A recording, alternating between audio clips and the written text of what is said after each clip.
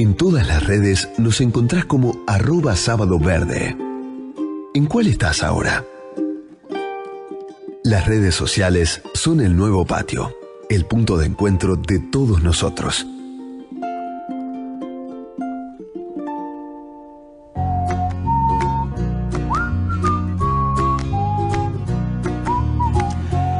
Bueno, aquí estamos siguiendo en el programa. Vamos a sumar ahora a Thaís Gadea Lara. ¿Qué te parece, Juan? La extrañaba. Sí, porque estábamos desde temprano con ganas de hablar con ella. Y el fin de pasado yo no la vi, entonces medio que siento ausencia de Thaís. Y apareció Thaís. ¿Cómo estás, Thaís? Buen día. ¿Cómo les va, chicos? Yo también te extrañé, Juan, que estuve ahí el sábado pasado y justo no estabas. A vos, Sergio, vamos a decirnos, y bueno, nos vimos ayer, estuvimos compartiendo viaje, la pasamos bien, ¿no? Así es, tuvimos una linda experiencia, viajamos un viaje rapidísimo a Córdoba, de un día prácticamente, a ver los molinos de viento, y estuvimos bien cerca. ¿Querés contarte ahí tu sensación? Porque Juan me preguntaba, ¿qué se siente ahí al lado? No sé, a mí me da, estéticamente me gustan y me da como una cosa de esperanza eso. Sí, yo creo que ayer lo conversaba, de hecho, con Sergio, que tuve la oportunidad de ir a parques solares y a parques eólicos en diferentes lugares en el mundo, y el parque solar, uno ve el panel solar, y bueno, sí, supone la radiación del sol, de hecho siente más calor cuando está ahí al lado, pero el tema del parque eólico, cuando uno ve los aerogeneradores, es como que uno está viendo cómo está funcionando el hecho de aprovechar la naturaleza para dar energía, ¿no? Es como que uno ve el movimiento, bien literal. Siente muy apenas el ruido, porque no quiero que piensen que es que hay mucho ruido, pero uno lo ve, digamos, que uno puede aprovechar la fuerza de la naturaleza para generar energía. Eso es lo que a mí me pasa cuando veo eso, y además la magnitud que tienen, el tamaño que tienen los aerogeneradores, es impresionante. Eso te quería contar, el tamaño desde adentro, porque yo, Thaís iba de recorrida a ver el gigante pozo que están haciendo para donde se asientan, y yo tuve la posibilidad de subir en un pequeño ascensor, que no es un ascensor, en realidad es como un montacarga muy chiquitito, donde tenés que ponerte arneses y qué sé yo, y yo cuando estaba ahí, me estaban poniendo todo, digo, ¿por qué estoy yo acá? Parque de la Costa. ¿Qué cosa? Y además tenía que escalar como si fuera un alpinista, ya digo, ¿por qué estoy haciendo esto? Me los imagino medio Don Quijote y Sancho Panza con los molinos de viento, ustedes dos dando vuelta por cualquier lado, después todo el grupo se reúne, y Sergio y Thaís, ¿dónde están?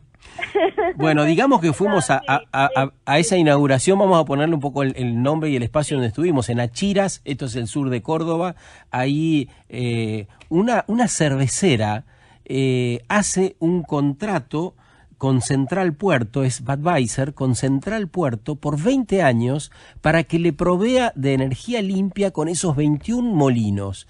Eso fuimos a ver, el arranque de esa apuesta para generar energía. Los molinos están siendo producidos en Campana y se van a montar antes de prácticamente durante el año y el año que viene empiezan a dar la energía. O sea que los molinos, ¿no?, se hacen en la provincia de Buenos Aires. Exacto, y se montan ahí, se termina. La maquinaria es de otro lugar, ¿no? Hay toda producción local, hay partes del aerogenerador que se importan, porque no se produce eso localmente, pasa lo mismo con los paneles solares, claro. Pero después todo el resto es producción local, y lo que es importante es que se generan nuevos empleos, como se suele decir en estos casos, empleos verdes. De hecho, ayer vimos gente ya trabajando, y me parece que, y también el impacto local, ¿no? Que eso tiene. Y sobre todo lo que me parece interesante, en el caso de acá hacer una cervecería, que uno después va a poder elegir una botella y va a poder ver mira, bueno, de acá esta botella es 100% con energías renovables, ¿no? Sí. O sea, si uno elige esa cerveza en lugar de otra, me parece que ahí va a haber un vínculo también con el consumidor al momento de elección, ¿no? Sí, y me parece que ha sido pensado también en función de eso. La verdad que resultó sorprendente. Sí, bueno, un parque eólico para una cervecera, pero claro, es una cervecera grande que tiene 10 fábricas diferentes, que tiene toda la heladeras del país, maltería, y que tiene, no sé, una fábrica de tapitas, creo que también, ¿no? Bueno, todo eso se va a abastecer con esta energía. Pero bueno, yo lo que te propongo es que contemos la magnitud. ¿Vos llegaste a ver el pozo ese que están rellenando con hormigón? Sí, es muy grande porque es toda la base y porque, como bien dice su nombre, al ser la base, digamos, tiene que estar todo hecho perfecto. Había bastantes personas ahí trabajando, pero es inmenso. O sea, piensen que los aerogeneradores son muy grandes. Digo, el traslado de un aerogenerador implica toda una logística. Sí, y en altura es el doble del obelisco, para que tengan idea de todo lo que tuve que trepar. El doble del obelisco, ahí arriba están montadas las aspas y adentro hay toda una cuestión de ingeniería con cables que van y vienen y con un cerebro inteligente que indica hacia dónde tiene que orientarse, cómo va a agarrar la velocidad, qué energía está transformando. La verdad que muy interesante como experiencia, ¿no? Sí, me parece importante aclarar dos cosas que era quizás lo que primero se criticaba en los parques eólicos y cómo es que se trabaja con eso. Uno que tiene que ver con el sonido, que la realidad es que el sonido no genera ruido, está controlado y los decibeles que genera de sonido está dentro, ¿no? de lo normal. Sí, lo que nos explicaban ahí los técnicos era que hay a veces digamos, cuando el sol ilumina y por el movimiento, ¿no? del aerogenerador, eso puede generar un reflejo si hay casa cerca, y entonces a veces lo que se hace es apagar los molinos en determinado horario para que eso no ocurra. Y por otra parte, el tema de las aves, ¿no? Era una de las primeras críticas, yo me acuerdo, hace unos años, hacia los parques eólicos. Y hay biólogos trabajando también desde el primer momento de la planificación de los molinos para ver cómo y dónde tienen que estar puestos los molinos para que en caso de que haya una ruta, ¿no? de migración de aves, de vuelo de aves, obviamente no perjudique. Pero digo, todo eso está contemplado, está estudiado y hay profesionales, no solo en este parque, digo, en todos los parques eólicos se trabaja de esa manera y me parece que es importante aclararlo como, si esas pueden ser las variables de impacto negativo, cómo es que se trabaja para que no ocurra. Sí, y por otro lado estuvo también en el parque el diputado nacional Cali Villalonga, y me interesó el dato que escuchamos acerca de el potencial de renovables en Argentina. Villalonga dijo, el potencial es producir 30 veces el consumo actual de Argentina. Digamos, si el desarrollo fuese a fondo, podría producirse toda esa cantidad de energía, por lo tanto, obviamente, sería energía para poder vender, ¿no? Sí. Veremos cómo concluye este año con el porcentaje, creo que eso va a ser importante, o sea, cuántos de acá a diciembre, cuántos de todos los proyectos que se licitaron ya se ponen en marcha y empiezan a generar energía renovable, porque recordemos que según la ley que tenemos de energías renovables, tendríamos que llegar a un 20% para 2025. Así es. Estuvimos hablando un rato antes con el representante en Argentina, Fernando Maya, de Extinction Rebellion. Tuvimos esta conversación y estamos a punto de conocer un estudio que va a hablar de las especies que hay en peligro de extinción. Vive un momento dramático la humanidad y nos preguntábamos acá si nos estamos dando cuenta. Ay, qué pregunta. No. Sí, la verdad que es bastante, o sea, viste lo que hablamos el sábado pasado, ¿no, Sergio? En el programa, esto de, estamos en un momento de movimiento, de cambio, la pregunta es también hacia dónde vamos a ir, ¿no? Y me parece que en ese hacia dónde vamos a ir también es esto, depende mucho de cuánto nos damos cuenta de lo que nos está pasando. Como hablaron recién hace un rato, digo, esta semana fue novedad lo del tema de la declaración de emergencia ambiental y climática en Reino Unido. Seguramente ahí el debate que nosotros mismos con Sergio lo hemos conversado durante el vuelo en este viaje es el tema de cuánto eso va a incidir en las políticas reales, ¿no? Porque una cosa es una declaración, una palabra, y otra cosa es después realmente la acción y cómo eso también pueda llegar a trasladarse e impactar en otros países. Y por otro lado, todavía continúa lo que es la reunión, ¿sí? del IPBES, que justamente lo que se hace en esa reunión es se analizan, digamos, diferentes estudios, y lo que vamos a conocer es un poco el estado general de la naturaleza.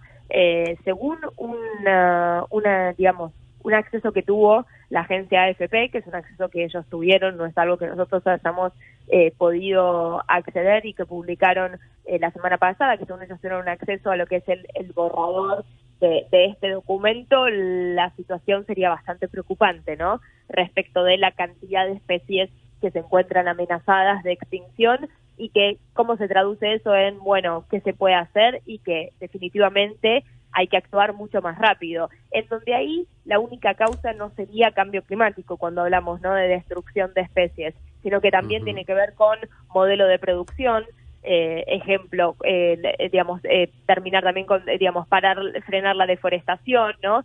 Tiene que ver también con otras actividades humanas, además de cambio climático, que están incidiendo. Y además, sobre todo, me parece que lo más importante que va a tener el informe es también el vínculo que esa posible extinción puede tener para nosotros. Me parece que eso es lo que vamos a tener que comprender y darnos cuenta, ¿no? Si no es pensar en fenómenos aislados.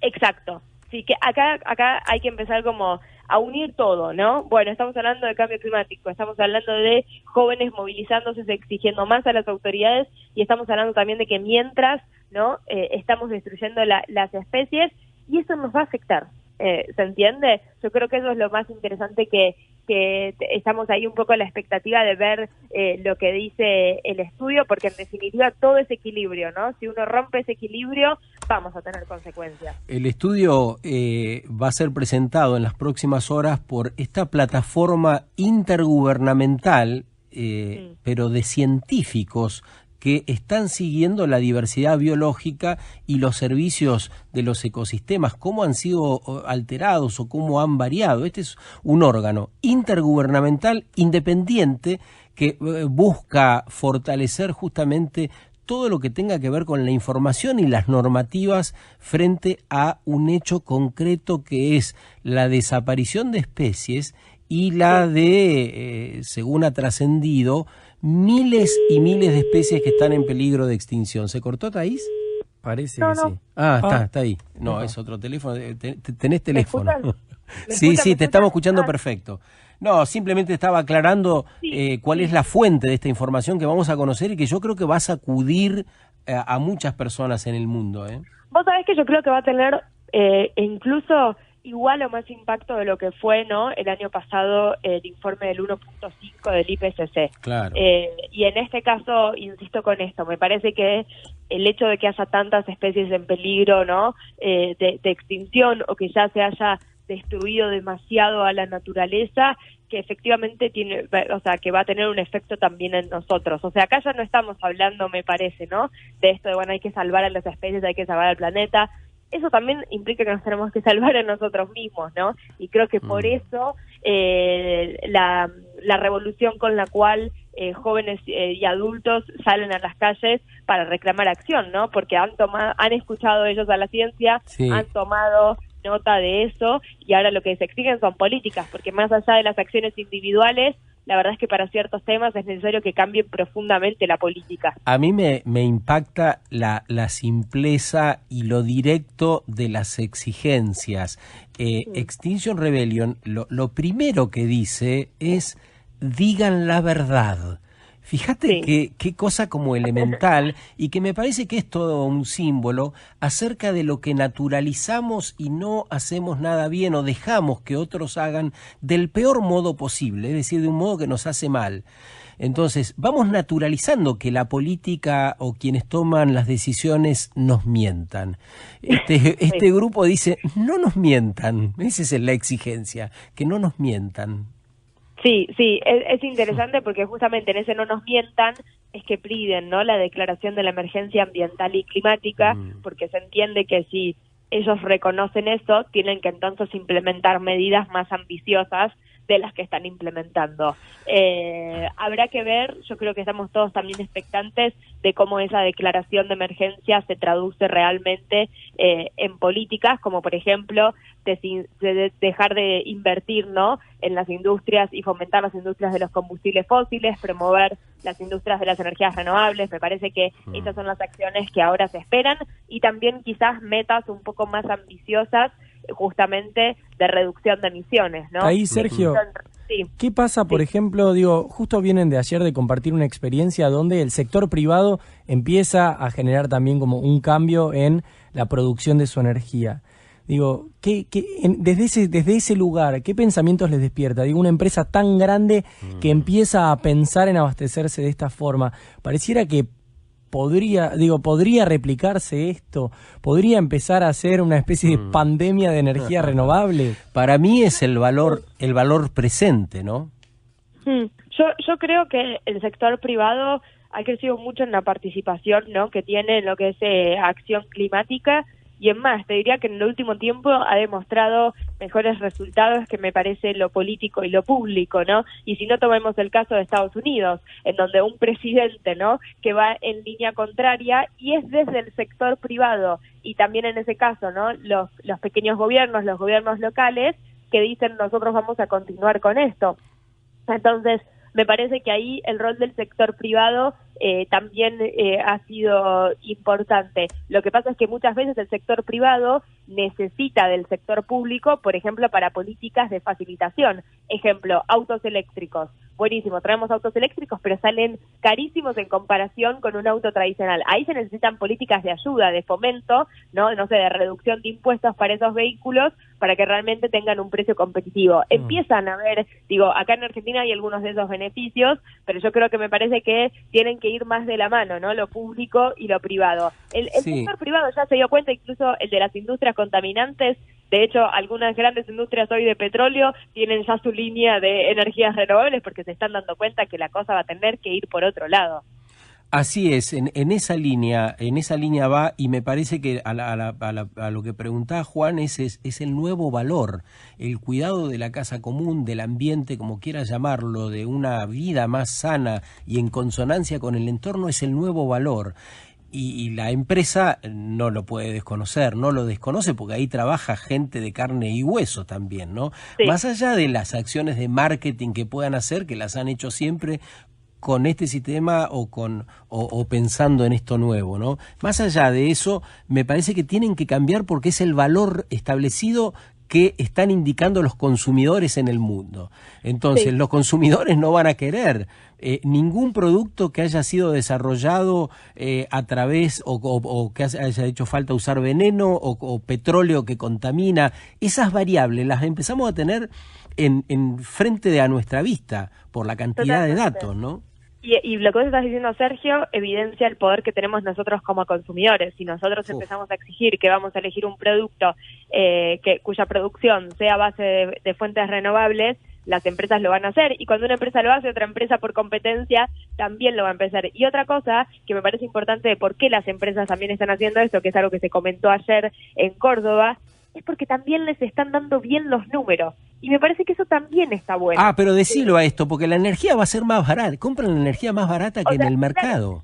Ya hoy para ellos invertir en esto, que invertir quizás en petróleo o en generación de gas o en carbón, les conviene. Les conviene más. Eso está bueno también marcarlo. Sí, déjame decirlo, puntualizarlo ahí, Thaís. Sí. 280 millones de dólares es esta operación que hizo la cervecera con la Central Puerto. Es por 20 años. Pero ese número es más barato que comprar la energía en el mercado tradicional, ¿no? Sí. No, es muy interesante, me parece que eso también y también otra cosa que vos ahí mencionaste, Sergio, que es un contrato a 20 años, con lo cual es un contrato y un proyecto que continúa a pesar de gobiernos locales, ¿no? Así es. A pesar de los cambios que pueda llegar a haber con elecciones de cada 4 años, que me parece que eso también es algo que necesita la sustentabilidad, ¿no? Que vaya más allá de momentos electorales. Central. Un gran abrazo, Thaís. Muchas gracias por este rato con nosotros. Te vas a disfrutar el día. Sí, mañana. Te aviso, Thaís, ojo, si salís después de las 6 de la tarde porque se viene el agua, ¿eh? Sí. Entre las 6 y las 9 son las probabilidades más altas. En casita, brigadita, no sé, armate un programa. A estar atenta. Bueno, chicos, muchas gracias y buen fin de semana para todos. Abrazo. Thaís Gadealara, de Conexión Conal, del Canal de la Ciudad, de redacción de Sábado Verde. Thaís Gadealara de la gente.